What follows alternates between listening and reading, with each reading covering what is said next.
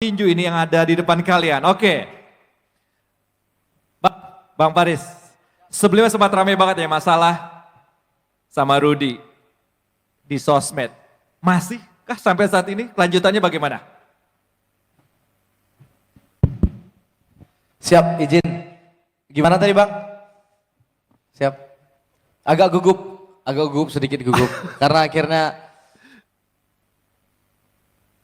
kalau Jujur. tentang perasaanku sekarang ya. Ini senang pasti, udah gitu akhirnya bisa duduk satu meja pertama kalinya sama Bang Rudy. Jadi sedikit gugup iya, tapi mari kita laksanakan hari ini, kita tuntaskan hari ini, apapun itu kita lihat gitu. Oke. Ya. Kalau dari Bang Paris merasa gugup tapi siap. Bang Rudy, first impression berada di sini langsung satu meja dengan Paris Fernandes. Satu meja dengan Paris dan semua ya. Ya. Saya baru ngerasain rasanya real life nih, real life. Recall di base musuh. Oh. Ini dia rasanya. Wow. Wow. Itu rame-rame di sosial media. Sudah selesaikah atau masih berlanjut sampai sekarang? Jadi kalau ditanya udah selesai atau belum, sebenarnya sudah selesai tanggapannya yang menurutku kemarin tidak ada tanggapan karena lari-larian. Jadi yang di sana kan lari-larian. Ya. Iya, jadi untuk tanggapannya untuk berada di satu meja sudah. Oke. Tapi hari ini kita kelarin nih, maunya di mana, ya, rulesnya apa, Oke. dan apapun itu. Jadi nggak ada lagi alasan untuk kemana-mana dan bawa orang lain, gitu sih, Bang. Ini menarik. Ya, Ini menarik. jadi nggak perlu bawa orang-orang lain lah. Oke. Gitu. Lari-lari terus katanya, suka menghindar. Akhirnya mau di sini. Gimana tanggapannya? Sebenarnya nggak lari-lari sih mas, nggak lari-lari. Cuman saya tuh ngasih tahu keadaan saya tuh udah pensiun. Saya juga udah sibuk ngurusin baku hantam dan lain-lain. Sebenarnya bukan lari-lari lah. Cuman kalau orang minim literasi, pasti bilangnya muter-muter. Padahal dia nggak paham gitu kan. Ya enggak, kalau misalnya memang tidak mau dipanggil dan disangkut pautin, ya harusnya jangan mencampurin urusan orang lain. Tidak usah, nggak usah kayak, kalau memang namanya nggak mau disebut, sekali lagi aku bilang, ya jangan mencampurin urusan orang lain. Udah gitu aja, urus aja urusan yang diurusin. Kalau memang pensiun, pensiun. Kalau enggak, ya enggak gitu. Ngapain ngurusin hidup orang lain?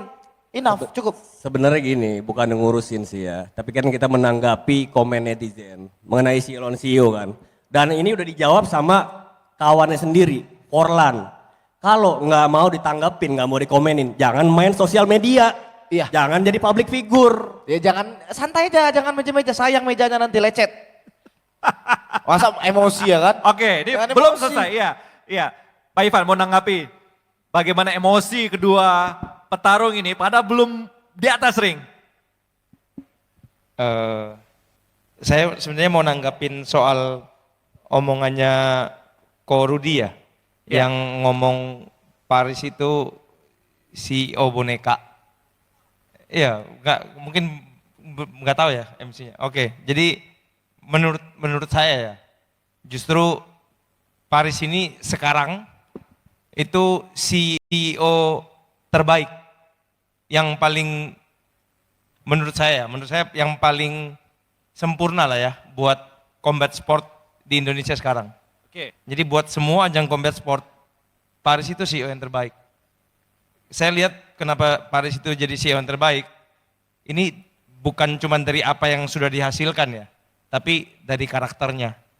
Jadi kehambelannya si Paris, cara dia beradaptasi dari orang daerah, sekarang tinggal di kota dan belajar bisnis.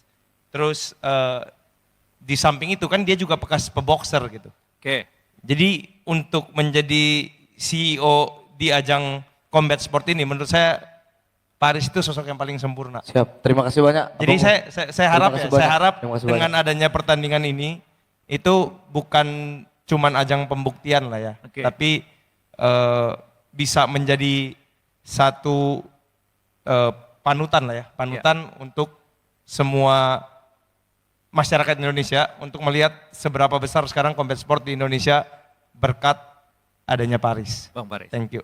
Pak Rudi, mau menanggapi? Gentleman mengakui ini? Boleh. Kalau menurut saya kembali ke statement saya ya. Kalau untuk founder dan real CEO menurut saya Bro Ivan Tanjaya lebih layak dibilang CEO. Jadi kalau orang-orang bilang CEO lawan CEO ya harusnya tetap saya lawan Ya. Bro Ivan. Oh, gitu.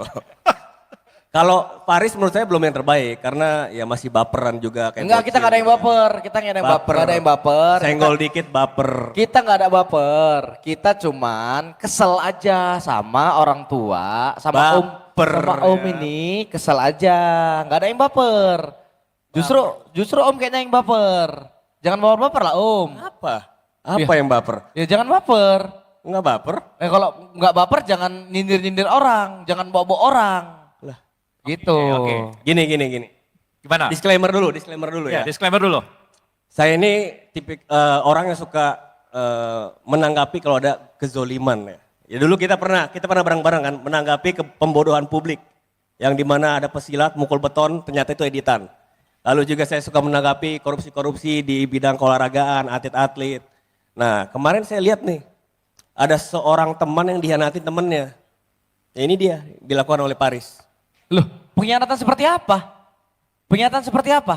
Ya seperti apa? Pernyataan Kamu seperti lupa orang yang sudah membesarkan kau, membantu membesarkan kau. Yang membesarkan aku orang tuaku, mama sama bapakku. Lupa sama kawannya. Loh nggak lupa sama kawannya. Ada etika dalam berteman dan berbisnis. Gini, lupa sama kawannya seperti apa? Sama siapa kawannya? Sama kawannya siapa? Ya, Jangan belaga ngomong yang lupa. lain ini. Belaga Enggak, sebut- memang enggak. Sebut aja. Memang enggak. Nggak usah belaga lupa. Enggak, emang orang tua ini, masalahnya kan aku yang call out kan. Selalu bawa orang lain. Entah siapa-siapa yang dibawa. Coach Awak dibawa, Forlan dibawa, Coach Anthony dibawa. Sampai bawa lagi nih, siapa lagi kawannya? Siapa? Celos. Standar ganda. Celos. Oh, Ya kan? panas. Siapa? Celos. Oh, Enggak, oke, jadi oke. gini, memang iya permasalahan awal mulanya itu emang bukan sama Bapak Kakanda Rudy Golden Boy yang saya sangat hormati. Iya, jadi bukan sama beliau, Ya. sama Celos. Oke. Karena menyindir juga. Ya. Nggak selesai permasalahannya nanti kalau cuma sindir-sindiran di sosmed. Akhirnya aku call out. Kan ngilang, entah kemana. Omnya muncul. Ya kan? Ikut campur. Mungkin Menanggapi, Enggak. menanggapi. Iya kan muncul kayak, keponakanku disenggol-senggol nih, aku muncul lah, kan gitu ya kan. Kenyataannya seperti itu bang. Kalau kayak gini berarti semua yang kemarin ikut campur akan kau call out. Kayak JK Saragi juga, kamu mau call out juga. Loh siapa? Dikit-dikit kamu call out gitu. Hah? Bukan dikit-dikit kita call out. Bukan dikit-dikit kita Kayak call out. Koroni nanggapin, mau kamu call out juga. Ikut Bukan. campur. Bukan semuanya mau di call out. Bukan semuanya mau di call out. Standar ganda kali nih CEO ini. Loh. Oke, Bang Paris. Boleh dibilang lo yang pertama kali call out ya? Nah, jadi pertama kali, jadi aku cerita dikit lah ya. Iya. Mungkin kalau memang banyak yang belum tahu. Jadi permasalahannya memang bukan sama Bapak Rudi yang ganteng ini. Iya. Jadi permasalahannya memang sama Celos. Celos. Ya. Udah aku bilang di podcast dan beberapa kali aku bilang di konten aku kalau memang permasalahannya sama dia dan terlepas dari masalahnya apa sama dia, aku nggak mau bahas lagi memang itu. Ya, cuman karena bapak-bapak ini bahas, kita bahas. Ya, aman ya? Siapa yang panas? Ah, Oke, lanjut dulu, lanjut. Oke, enggak, biar kelar nih.